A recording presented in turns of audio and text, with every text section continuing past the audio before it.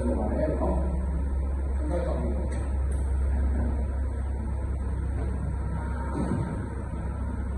ဒါရှိကျေတော့ကြောင်းဒီလိုနားနေကြတော့မိဘလည်းဒီကလည်းပြင်ရရှိအောင်ပါအဲဒီလိုကတော့ဘာမှဖြစ်နေတယ်ဒါလည်းဒီမှာရှိနေကောင်းဒီလိုတိုင်းမှာတော့ကျွန်တော်တို့ရှင်းလို့ပါတယ်ဒီလိုရှင်းအောင်လည်းတိုင်းပြင်ရှိနေတယ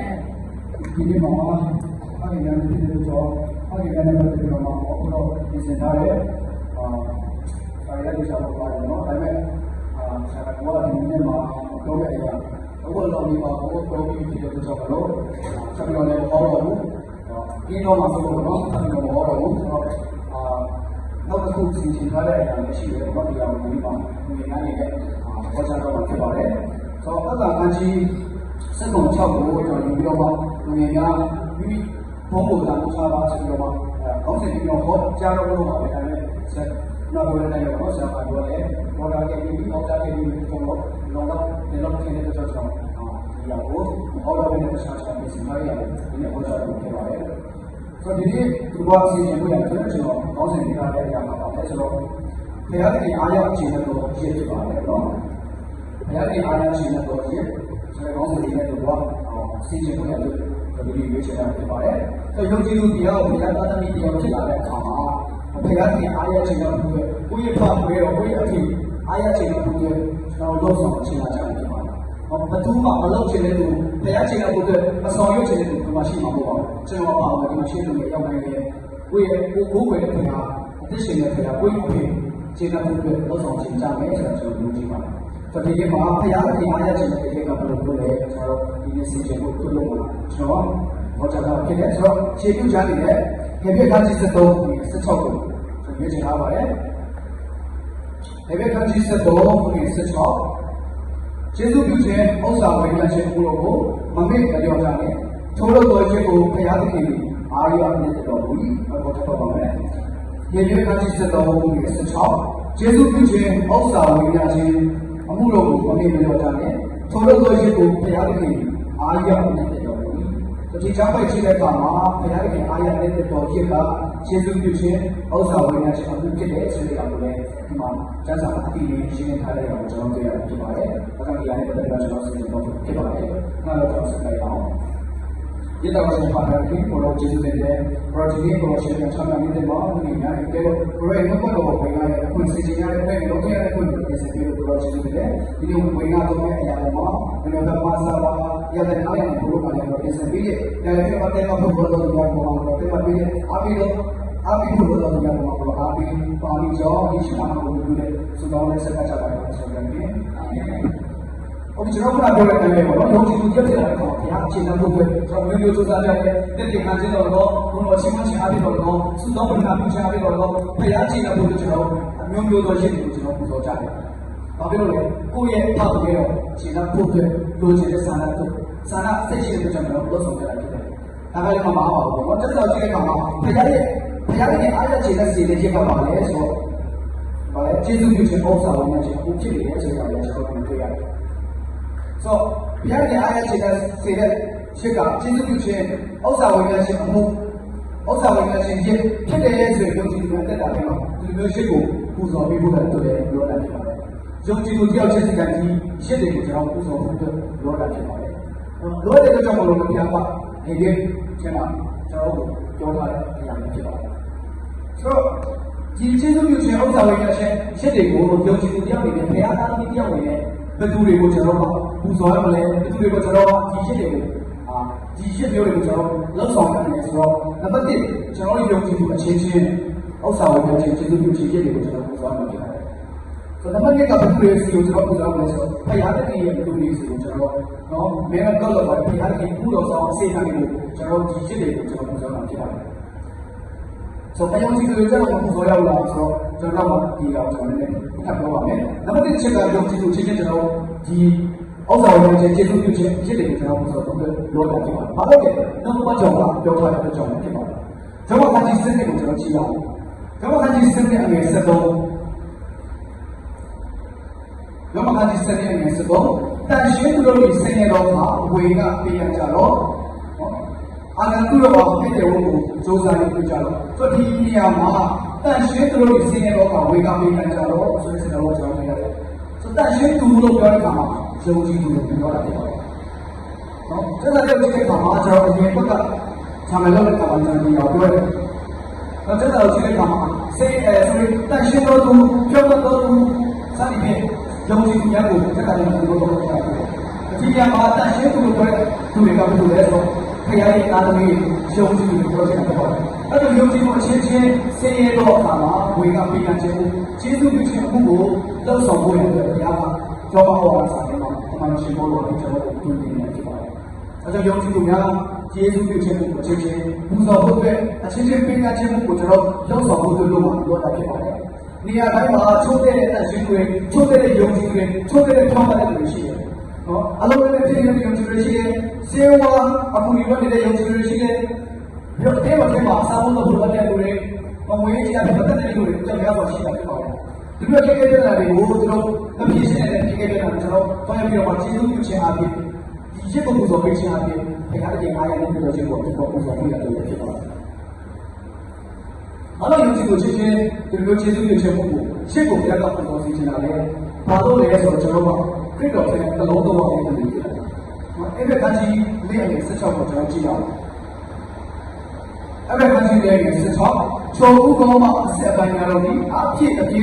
တကူလုံးကြီးစစ်ဆက်ချုံခွေရဲ့အဒီအဒီအင်္ဂါများကိုယ်ကကိုယ်တိုင်ပြုပြင်နေတဲ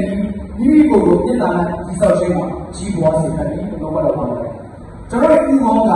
ခရစ်တော်ဖြစ်ပါတယ်။တော့ယုံကြည်ကိုချင်းချင်းကထိုခရစ်တော်ရဲ့အသေးတော်ရဲ့အင်္ဂါရဲ့ဖြစ်ပါတယ်။အဲကြောင့်အင်္ဂါရဲ့ချင်းချင်းဒီဆောက်ပေးခြင်းမှုကိုကျွန်တော်တို့ဆောင်မှာဖြစ်တယ်။ဒီနေ့ခက်ရုံတွေချင်းအခါမှာကျွန်တော်ဒီဆောက်ပေးခြင်းစာအချင်းချင်းရဲပုတ်ခြင်းတွေကျွန်တော်ဖြတ်ခြင်းတွေကျွန်တော်ရှိဒီရကိုကျွန်တော်ရှောင်ရှားပြီးတော့ယုံကြည်ကိုချင်းချင်းဒီဆောက်ပေးခြင်းမှုအချင်းချင်းကျေးဇူးပြုခြင်းမှုကိုဖခင်ကနှစ်သက်အားရတဲ့ဖြစ်တဲ့အတွက်ကြောင့်ဒီနေ့ပူဇော်ဖို့ရတယ်ဝင်ကပြီးနေတာဖြစ်ပါတယ်။ဘာလို့လဲကျွန်တော်ရဲ့ဥပမာဖြစ်တော်တယ်ယုံကြည်သူကျွန်တော်အချင်းချင်းကဖြစ်တော်တဲ့ဘုရားကလက်နာရဲ့ဖြစ်ပါတယ်။ဒါကြောင့်ယုံကြည်သူများအသက်မှာယုံကြည်သူချင်းချင်းဒီဆောင်ဝေးခြင်းကိုကျွန်တော်လောဆောင်ဖို့ပြောတာဖြစ်ပါတယ်။နံပါတ်1 identify မှာကျွန်တော်လောဆောင်ရတယ်။ဒီဆောင်ဝေးခြင်းကိုကျွန်တော်လောဆောင်ရတယ်။ဒီတဲ့ခန်းကြီးအောင်စစ်စစ်ကိုကျွန်တော်ကြည့်ရအောင်။ဒီတော့လည်းဟောဆောင်ပါဆောင်ခန်းကြီးမှာစစ်စစ်ထဲမှာထို့ကြောင့်တရားပြီးယခုပဲပြုပြီးခုအချင်းချင်းတိုက်ပွဲတရားကိုတရားဒီဆောင်ကြတော့တရားကိုတရားဒီဆောင်ဖို့ရအတွက်ဖခင်ဒီလိုပေါ်လာပါတယ်။ဒါကြောင့်ယုံကြည်သူများတရားကိုတရားဒီဆောင်ပေးခြင်းကိုလုပ်ဆောင်ပေးကြရအောင်။ဒီလိုလုပ်ဆောင်ပေးခြင်းကဖခင်ရဲ့အားရတဲ့တော်ရှိကိုကျွန်တော်ပူဇော်နေတာဖြစ်တယ်ဆိုတော့ဒီပတ်ဖို့ရတယ်လို့ပြောပါတယ်။နော်အချင်းချင်းပုံအချင်းချင်းဝေဖန်ခြင်းကျွန်တော်လုပ်ကြမယ်အချင်းချင်းဒီဆောင်ပေးခြင်းကိုလုပ်ဆောင်ပေးရတယ်ဘုရားရဲ့တော်ရှိဖြစ်ပါတယ်။ဆိုတော့ဒီချက် empathize with one another စေတနာနဲ့ကြခြင်းစိတ်ကိုရှိဖို့အတွက်လိုအပ်တယ်ပေါ့။ကျေးဇူးပြုခြင်းနဲ့တာရှိနိုင်ဖို့ဘုရားရဲ့အားရတဲ့တော်ရှိကိုပူဇော်နိုင်ဖို့အတွက်လို့ပါအချင်းချင်းစိတ်နဲ့ကြခြင်းကိုကျွန်တော်ရှိထားဖို့အတွက်လို့လိုအပ်တယ်ပေါ့။စိတ်နဲ့ကြခြင်းဒီဘောမှာစေတနာခြင်းစိတ်မရှိဘူးဆိုရင်ဒီကျေးဇူးပြုခြင်းကိုလည်းကျွန်တော်ပူဇော်နိုင်ဖို့ဘုရားရဲ့အားရတဲ့တော်ရှိကိုလည်းကျွန်တော်ပူဇော်နိုင်မှာမဟုတ်ပါဘူး။ဒါကြောင့်တစ်ချက်က empathize with one another ယုံကြည်သူအချင်းချင်းတလားချင်းနာချင်းနှိမ့်ချခြင်းစိတ်တော်ကိုကျွန်တော်ဆောင်ထားဖို့လုပ်ပါတယ်လိုအပ်တယ်ပါတယ်ဒီလိုပြောကြည့်အောင်ဒီခါချင်းနေနေတော့ကာမတဲ့ဒီခါချင်းနေနေလေးကိုကျွန်တော်ဖတ်ချင်ပါတယ်ဒီခါချင်းနေနေတော့ခါဝဲဒီမှာဒီကိုချက်တာရကောင်းတဲ့လူနှိမ့်ချတော့ဆက်ရှိ၍တရားကိုတရားချင်းမှကြတော့ဟာငယ်လေကိုအမှုရကူတာမရှိမှပဲသူ့အမှုရကူအချင်းချင်းရှုမှတ်ကြတော့ဘုမတော်ပါပဲသူတို့ကကိုယ်နဲ့တိုင်ကောင်းတဲ့တော့စိတ်ကျွန်တော်ရှားရဆိုရင်ဒီကိုရောပုံမှန်ချင်းဒီကိုရောချိုးနေခြင်းကြောင့်ရှိမှာမဟုတ်ဘူးဖခင်ရဲ့အားရနေတဲ့တော်ရှိကိုကျွန်တော်ပူဇော်ရတာဖြစ်တယ်ပြီးတော့သူ့အမှုရကူတာမရှိမှပဲသူ့အမှုရကူသူ့ရဲ့အမှုရကူရှုမှတ်တဲ့တော်စိတ်ကျွန်တော်ရှိတာပြီးဆိုရင်ဖခင်ရဲ့အားရနေတဲ့တော်ရှိကိုကျွန်တော်ပူဇော်ရမှာဖြစ်တယ်ဒီလိုပတ်သက်ရှိနိုင်ဘူးဒီလိုပတ်သက်ကျွန်တော်စိတ်ပေါ်လာကျွန်တော်ဝိုင်းနိုင်လို့ဆိုရင်ဘယ်တော့မှဘုရားရဲ့အားရတဲ့တော်ရှိကိုကျွန်တော်ပူဇော်နိုင်တယ်ဒီလိုယုံကြည်သူများလို့ကျွန်တော်ပါပြီးရှင်ဘုရားရဲ့အားရတဲ့တော်ရှိကိုပူဇော်နိုင်ဖို့လို့ပါတော့ကိုယ့်ဘုရားကိုရှိမှတ်ခြင်းကိုကိုယ့်ဘုရားကိုရှိမှတ်တဲ့တော်စိတ်ပေါ်လာယူကြဝတ်ဆောင်ကြရအောင် သူတို့ကကိုယ့်တဲ့တရားကောင်းတဲ့ပေါင်းတဲ့ထေလို့နော်သင်ပြီးတော့မှပြည့်တဲ့ရှောင်းလာကြအောင်လူကရှောင်းလာခြင်းအပြင်ဘုရားရဲ့အာရုံနဲ့တော်ရှင်ကိုကျွန်တော်ပူဇော်လိုက်မှာဖြစ်ပါတယ်ဘုရားရဲ့လိုချင်တဲ့အရာကပါလဲဆိုတော့သူ့ရဲ့အာရုံချင်းချင်းလူတို့ချင်းချင်းဒီဆောက်လုပ်ခြင်းကိုလုပ်ဆောင်ပြီးဘုရားဖန်နေလို့ရှိတယ်ဒါမှသာဝိညာဉ်ကတက်တာကြီးပွားခြင်းကိုရှိတာဖြစ်တယ်အဲတော့ယုံကြည်သူများဒီအမှုတွေပြောတဲ့လောက်ဆောင်မှုတို့လုပ်ရတယ်တော့ဖြစ်ပါတယ်ဆာလန်နံပါတ်50ရဲ့စနစ်ကိုကြည့်တဲ့အခါမှာဘုရားကယုံကြည်သူတွေကိုအာရတ်ပြီးတော့ကြီးပွားဖို့ရတယ်လို့အမှုရှိတယ်ဆိုတာကျွန်တော်တွေ့ရတယ်ဆာလန်50နဲ့အမြင့်စနစ်ဖတ်ရှင်းတယ်ဆာလန်နံပါတ်50ရဲ့စနစ်ဖြတ်မှတ်တော်သူစုံလုံးပဲကဲ့သို့ခွင့်ရ၍လေမလုံးတော်မှာအာရတ်ပြီးတော့ကြီးပွားတယ်ဟုတ်ပါမယ်ဆာလန်နံပါတ်50ရဲ့စနစ်ဖြတ်မှတ်တော်သူစုံလုံးပဲကဲ့သို့ခွင့်ရ၍လေမလုံးတော်မှာအာရတ်ပြီးတော့ကြီးပွားတယ်ဆိုစုံလုံးပဲနဲ့အာရတ်ပြီးထူးခြားချက်တွေရှိပါတယ်ဒါပေမဲ့ပညာမှာကျွန်တော်ပြောချင်တဲ့ຢာကအာရတ်ပြီးနဲ့ပတ်သက်ပြီးတော့အာရတ်ပြီးထူးခြားချက်တစ်ချက်ကိုကျွန်တော်ပြောတော့မှာဖြစ်တယ်ဆိုတော့ဘာလို့ဖြောက်မှတ်တဲ့ဘုရားဘာလို့လဲဆိုတော့ဘုရားကျွန်တော်ပြောရတဲ့ယုံကြည်သူတွေဆိုလိုတယ်ယုံကြည်တဲ့လူတွေကြီးပွားရတယ်အာရတ်ပြီးနဲ့ကြီးပွားမှာဖြစ်တယ်အဲ့ဒါအာရတ်ပြီးနဲ့ထူးခြားချက်ကပါလေကျွန်တော်ကြည့်တဲ့အခါမှာလေဘလုံးတော်မှာပေါ်တဲ့အာရတ်ပြီးကထူးခြားချက်တွေရှိတယ်ဆိုတဲ့တစ်ချက်ကပါလေဆိုတော့အာရတ်ပြီးနဲ့ပြီးချီဖြစ်တယ်ပြီးချီဖြစ်တယ်ပြီးတော့အောက်ကိုနော်ဆေးပြီးအပြည့်တွေခါတယ်မှာဟိုဘိုးပြီးတော့ဆိုရင်အဘောပြီးဆေးပြီးပြည့်တဲ့ခါတယ်မှာအောက်ကိုပြီးတော့ဆိုအပြည့်တွေဖြစ်တယ်ပြီးတော့သူ့ရဲ့ပြီးကလည်းအချင်းဖြစ်တယ်တပေနဲ့တပေအခက်အားဖြင့်ဘယ်လိုလဲကျွန်တော်ချစ်ပြောမှရှင်းတာပေါ့ဖွာတဲ့အပေလေးဖြစ်ပါတယ်ဒါတော့ဒီပြပုံနဲ့တက်တဲ့စီဒါတော့ညာသူညာဒီလိုကြုံရအောင်စီအလဲနိုင်ဘူးဘာလို့လဲတပေနဲ့တပေအခက်အားဖြင့်လို့ရှိပြောမှရှင်းတာပေါ့ပါတဲ့အပေလေးဒီယုံကြည်များဘုရားရဲ့ကသူ့ရဲ့ခေါင်းမှာတော်ဘုံလို့သတ်မှတ်တဲ့ယုံကြည်တွေကိုအာရတ်ပေလို့ရှိသွားစေတာဖြစ်တယ်။ဒီရောက်တဲ့ဒီပြီးတဲ့တာဘုရားကလည်းဆက်ဖြစ်တယ်။ဟောပုဂ္ဂချင်းတွေအမေပုဂ္ဂချင်းတွေဘုရားချင်းတွေကျောင်းတော်ထားရတဲ့ဘုရားတဲ့တော်အာရတ်ပေလို့ဒီဆောက်ပြီးတော့တက်တာအဖြစ်အဖြစ်ရှိကြပါဆိုလို့ဝင်ကားလို့ဖြစ်ပါတယ်။ဒီလိုတက်တာရှိလာတဲ့အခါမှာဘုရားကကြီးပွားခြင်းတက်တာဟောပေးတာမှဖြစ်ပါတယ်။ဒီလိုတက်ကျွန်တော်အသက်မရှိလာတဲ့အခါမှာဘုရားရဲ့အားနဲ့ခြေနဲ့တော့ရှိကိုလည်းကျွန်တော်အမှုဆောင်လာနိုင်လို့ဘုရားရဲ့ကောင်းကြီးတွေတော့ကျွန်တော်ခံစားရမှာမဟုတ်ဘူး။အဲကြောင့်ဘုရားရဲ့အားရတဲ့တော့ရှိကိုပူဇော်နေဖို့လုပ်လာတယ်။အာရုံပြီးတော့တော့ဒီလိုချင်းချင်းဒီဆောက်ပေးခြင်းထိန်းထားပေးခြင်းကိုလည်းကျွန်တော်လုပ်ဆောင်ပြပါတယ်။ဟုတ်ပါတယ်။တချို့ကတော့ဒီလိုတချို့တွေပါဒီလိုလေးပုံမှန်တယ်။အင်္ဂါရဲ့ချင်းချင်းဖြစ်တယ်လေ။ကိုယ့်ရဲ့အင်္ဂါရဲ့ချင်းချင်းကိုမရောစားဘူး။ကျွန်တော်တို့ကလည်းအခါမှာကျွန်တော်တို့ဖြတ်လို့လည်းမရပါဘူးနော်။လက်ဘယ်လိုလဲအခါမှာလက်အားဖြင့်မလုပ်နိုင်ကြရတော့စားညပြပြလို့ရတဲ့ဘယ်လိုလဲကျွန်တော်တောင်းရတာဖြစ်တယ်။ဒီကနေ့ကမှဒီလက်အားဖြင့်ကျွန်တော်လုပ်ဆောင်ရတာမဟုတ်ဘူး။ခြေတော်ရဲ့အုံးလည်းရှိတယ်။ခါရဲ့အုံးလည်းရှိတယ်။ခြေသက်တုံးရဲ့အရာလည်းရှိတယ်။စသည်ဖြင့်ပေါ့နော်။ဘုရားကြီးရဲ့ခရစ်တော်ရဲ့ကိုယ်ရည်ရှိတဲ့ကြောင့်ကျွန်တော်ရဲ့အချင်းချင်းအတိအကျတာဖို့ရှိတယ်ဖြစ်ပါတယ်။ကျွန်တော်တို့ဘာလဲဒီမှာအရှိလို့ရတဲ့မှာပတ်စရိတ်ကိုကျွန်တော်တို့ရတယ်။ပတ်စရိတ်ကိုဆက်လို့ရတဲ့မှာကျွန်တော်ဘာမှတည့်လို့ပြေးစားတယ်။အချင်းချင်းဒီဆောက်ပေးခြင်းအချင်းချင်းပြီးမှခြင်းမှုတွေကျွန်တော်လောက်ဆောင်ရမှာဖြစ်တယ်။ဒါကဘုရားရဲ့တော်ရှင်းလို့ဖြစ်ပါတယ်။ဒီနေ့ယုံကြည်သူကဘုရားရဲ့ကိုယ်ရည်ရဲ့ချင်းဖြစ်တဲ့ကြောင့်တော့အချင်းချင်းတဲ့မှာပြေးခြင်းတွေကျွန်တော်ဆောင်ကြရအောင်။အချင်းချင်းဒီဆောက်ပေးခြင်းမှုတွေကျွန်တော်ဆောင်ကြရအောင်။ဒီလိုတော့ဆောင်မှသာလေဘုရားကြီးရဲ့အားရပါခြင်းကိုကျွန်တော်ပြောဆောင်ရမယ်။ဟုတ်ပြီဒီနေ့အသက်တာတွေမှာဘုရားရဲ့အားရတဲ့တော်ရှိကိုပူဇော်ဖို့အတွက်လုပ်ပါကျွန်တော်တို့ပြေတာမှအားထားနေတယ်။ဘုရားကိုကျေးဇူးပြုနိုင်ဖို့ဘုရားကိုဥစ္စာဝယ်ခြင်းကိုကျွန်တော်တို့ဆောင်ဖို့လုပ်ပါ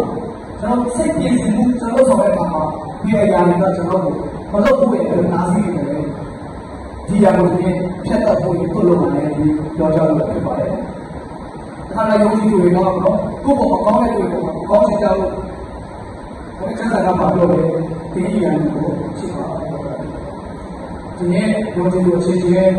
အောက်ဆောင်တဲ့အချင်းချင်းတွေကိုကျွန်တော်လောက်ဆောင်ဖို့ကထားတော်ရောဝင်လာလို့ဖြစ်ပါတယ်ကျေးဇူးပြုခြင်းတဲ့တာဒီအရအားရတဲ့တော်ရှိကိုပူဇော်ခြင်းတဲ့တာလေးကိုကျွန်တော်ပြေချဖို့ထားတော်ဖို့ကျွန်တော်လုပ်ပါတယ်ဘာလို့လဲ ကျွန်တော်နှလုံးသားဒီနေရာတွေစဉ်းစားပြီးမစားလို့ကျွန်တော်တို့ဖြစ်ပါတယ်ဘာလို့လဲဆိုတော့ဒီနှလုံးသားဖရာကြီးရှင်းဝတ်တဲ့နေရာတွေဖြစ်ပါတယ်မကောင်းသောအရာဥစ္စာပေါ်မှာချက်တဲ့တာဘုရားကြီးအားရတဲ့တို့ရှိကိုမပူဇော်ခြင်းအခက်တာလေးကြံစည်တဲ့နှလုံးသားကနေကျွန်တော်တို့ရတယ်ပြေစားဖို့လိုလာဖြစ်ပါတယ်ဘာလို့လဲဆိုတော့ဒီမြေကဘုရားကြီးရှင်းဝတ်တဲ့နေရာဖြစ်တယ်ထို့ရအခါကြီးတော့ကိုကျွန်တော်ရှိတာထို့ရအခါကြီးတော့ဒီကနေ့6နှစ်ကျွန်တော်ဖြစ်ပါတယ်ကျန်တာရှိတဲ့လူလည်းနောက်မှလိုက်တော့ဆိုလို့ရပါတယ်နော်ထို့ရအခါကြီးတော့ဒီကနေ့6ဘောရှိဒီလိုတော့ပြီးတာချက်တော့ကျေပြောရေးကိုစိတ်နာမသိစေတောင်းလာတဲ့တော့ဆောသွား၍ခေါ်ရမရှိတော့ဘုရားရှင်တောင်းတော်ရောက်ပြီထိုမှာဘုရားရှင်တောင်းပါလိခြုံတဲ့တော့ပြီးတာအချင်းရှာပြီးဘောရှိရှိတော့ကပြီးတော့ခြုံကြောတဲ့ရှိကိုမြင်ရင်အဘေကြောင့်ခြုံကြောတဲ့ရှိတယ်ဒီထူးဆန်းတဲ့ဒီမှာရောမှာသွား၍ကြည့်ရှုပြီးဆိုပြီးဘောရှိသွားတဲ့ကြည့်ရှုကြောင်းကိုခြားရပြန်ပြီးတော့ရင်ဘောရှိကိုခြုံတဲ့ကဆောတော့ပြီးမောရှိကလည်းအချက်တော့ရှိပါလို့ရှောက်နေပြီ။ဘုရားရှင်ကလည်းမရှိတဲ့တင်းချင်းကိုချွတ်တော့တင်းချင်းတော့အချက်ကတန့်ရှင်းတော်ကြီးဖြစ်လို့ရတော့ငါဒီတင်းတဲ့ပါဘုရားအာရဏိဘုရားဣဇရိဘုရားယပုရိဘုရားဖြစ်လို့ရတော့မိန်တော်ကြီးမောရှိဘုရားကိုမချိဝဲမိမိမျက်နှာကိုဖုံးရဲ့နေပြီ။မောရှိကဣဇရိမှာတော်လေးစင်နေပြီးတဲ့အခါမှာအကြောင်းမျိုးမျိုးတော့ကိုချုပ်ပြလာတယ်ဆိုပြီးတော့ဒီဘောလေးဒီတော့ရဲ့ပြည့်ရောက်တော့နော်ပြီးတော့ဒီဘောလေးဒီတော့ရဲ့ဒုစရိုက်ကိုချင်းတော့ထင်းကြောင်းလာတဲ့အခါမှာဘုရားတခင်ရဲ့တော်တော်ကြီးရတယ်ခေါ်တဲ့တော်တော်ကိုရောက်လာပြီးတော့အဲ့မှာသူစားတဲ့ဒီဘက်ကိုသွားပြီးဘုရားကပြီးရှံပြီးထင်ရှားလို့ဆိုတော့ကျန်တာလာဖြစ်တယ်နော်အဲ့ဒီရှံဆိုတဲ့အခါမှာမောရှိကဆိုရင်အဲ့ဒီရှံကဒီတော့ဆောင်းကတော့အတန်ကြားတယ်နော်မောရှိကိုပေါ်ကြားရတယ်မောရှိဆိုတော့ခေါ်တဲ့အခါမှာမောရှိကြားရတယ်ကြားတဲ့အခါမှာမောရှိကကျွန်တော်ရှိပါပြီရှောက်တယ်ကိုယ်ကျွန်တော်ရှိပါတယ်ဆိုတော့ရှောက်တဲ့ခါမှာဖဲခဲ့မှာတော့လဲဆိုမချီးတဲ့ပေါ့တင်းတင်းတော့ချင်းကိုဆိုရင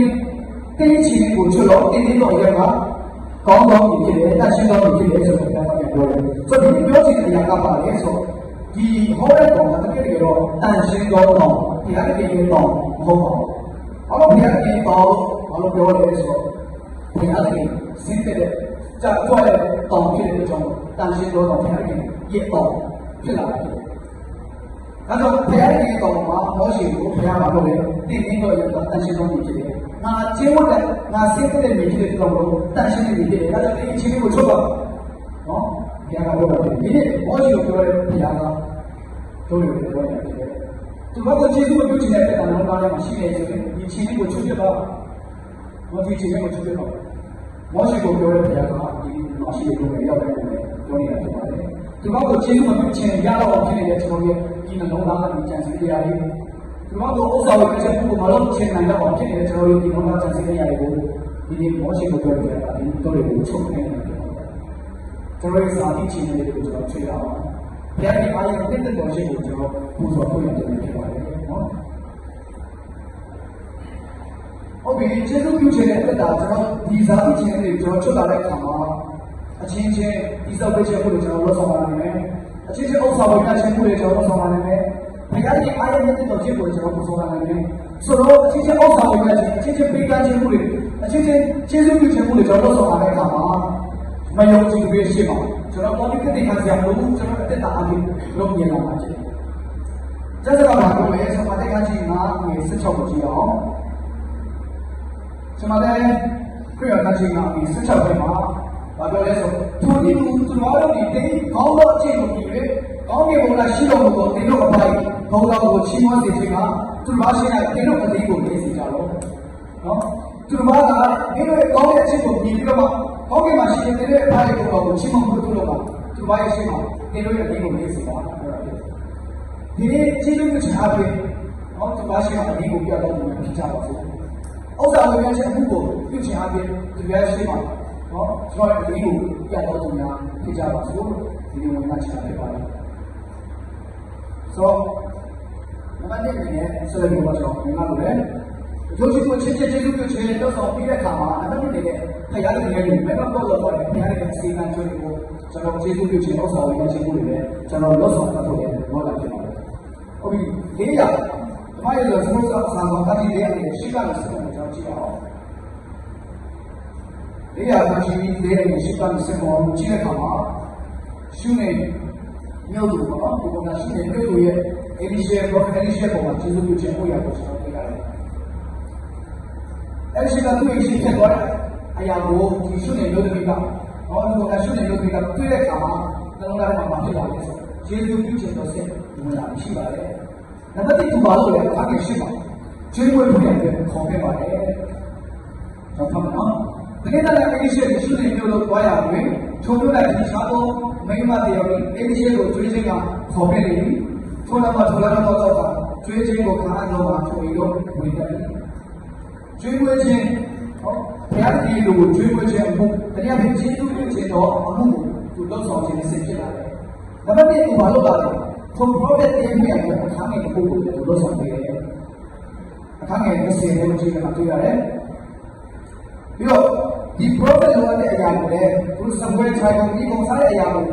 ဒီရှုနေလို့ဒီကလုပ်ဆောင်ပေးတာဖြစ်ပါတယ်ကျွေးမွေးဖို့တွေအခါပြင်ဆင်ပေးတဲ့အမှုတွေစံပွဲချိုင်ကိုဒီပုံစားတဲ့အရာကိုပြင်ဆင်ပေးတဲ့အမှုတွေကျွန်တော်ကြည့်တဲ့အခါမှာနော်ဘုရားရဲ့အားရတဲ့တော်ရှိတဲ့တကယ်ကျေးဇူးပြုတော်ရှိဖို့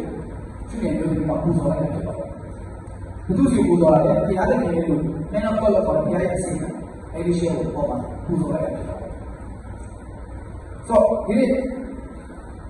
မရှိတဲ့လူတွေများနေတယ်လူကြီးများနေတယ်ကျွန်တော်ရဲ့ prophet တွေကိုကျွန်တော်ဝိညာဉ်မှာပူဇော်နေတဲ့ဆရာတော်တွေဘုရားရဲ့အစိမ်းကဘုရားရဲ့အစိမ်းကရှိနေတော့ကျွန်တော်ကျေးဇူးပြုခြင်းတွေကိုကျွန်တော်ရှုတဲ့လူတွေရဲ့ကျွန်တော်လုပ်ဆောင်နေတယ်ဆိုဒီ prophet လို့ပြောတဲ့အခါမှာကျွန်တော်လည်း prophet လို့ကျွန်တော်သိရတယ်အဲ့ဒီ prophet က OP prophet ဖြစ်တယ်ဘုရားရဲ့လုပ်တော့မရှိခင်မှာဘုရားရဲ့သူ့ရဲ့လူတွေဣတိကလူတွေကိုစကားပြောတဲ့အခါမှာသူ့ရဲ့ prophet တွေဖြစ်တယ်prophet Jonah prophet Isaiah prophet Jeremiah စသဖြင့် prophet တွေအားဖြင့်ပြောတယ်အဲ့လိုလေဘုရားရဲ့လုပ်တော့မရှိဘူးအဲ့ဒီခေတ်မှာဘုရားရဲ့လုပ်တော့ဆုံးနေပြီဖြစ်တယ်နော်ဘုရားရဲ့က prophet အားဖြင့်စကားပြောတော့သူ့ရဲ့လုပ်တော့အားဖြင့်စကားပြောရတယ်ဒီဘက်ကတော့ဘုရားရဲ့စကားကိုပြေဆောင်ပြီးတော့သူ့ရဲ့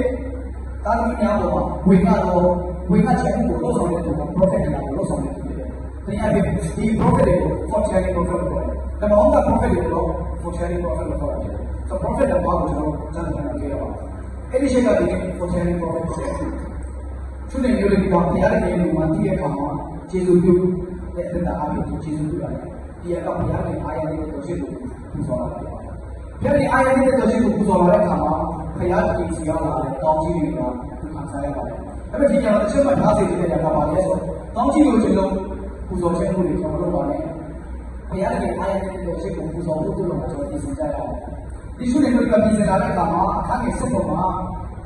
ဘုရားရဲ့ကောင်းကြီးခံစားရတယ်။တကယ်တော့ညုံတော့အမျိုးကြီးဖြစ်တယ်။ကလေးမရတဲ့အမျိုးကြီးဖြစ်တယ်။ဒါပေမဲ့ဘုရားရဲ့ညီကိုဘုရားရဲ့အစီအကံ prophet အဲ့ဒီရှိကိုကျေးဇူးပြုခြင်းလို့ဆောင်လာတဲ့အခါမှာ pray တွေဆွေးရတဲ့ကိုဘုရားကပြင်ဆင်ပေးတယ်။အခါငယ်စပေါ်မှာချိုးတော့မိမကြီး pray တွေယူ၍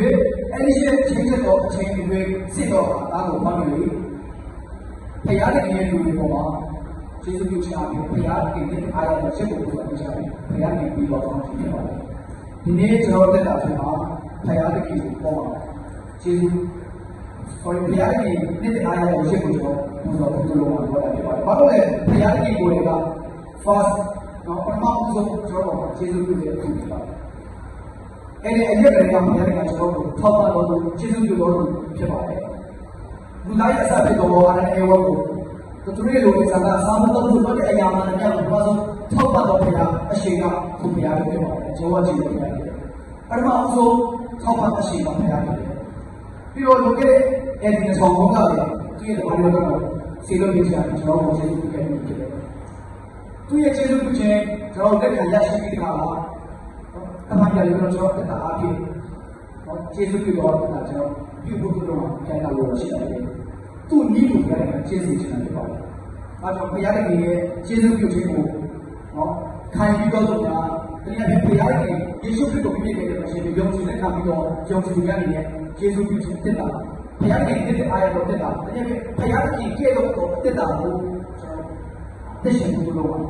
ရားဘုရားရှိတယ်ပေါ့။ဒါကြောင့်ကျေးဇူးပြုတော်စိတ်တော်ကိုကျွန်တော်ယူပြီးဝတ်ဆောင်ရတဲ့ဘုရားရဲ့အားရတဲ့တော်ရှိကိုဒီတော့ဘုရားဘုရားလိုပါလိမ့်ဝ ဝင်လာလို့ဖြစ်ပါတယ်ကျွန်တော်တို့သားစီရရတဲ့ဇာတိခြေလေးတွေကျွန်တော်ချက်ပြီးတော့အချင်းချင်းပေးကခြင်းဥစ္စာဝယ်ရခြင်းဘုရားသခင်အားရနေတဲ့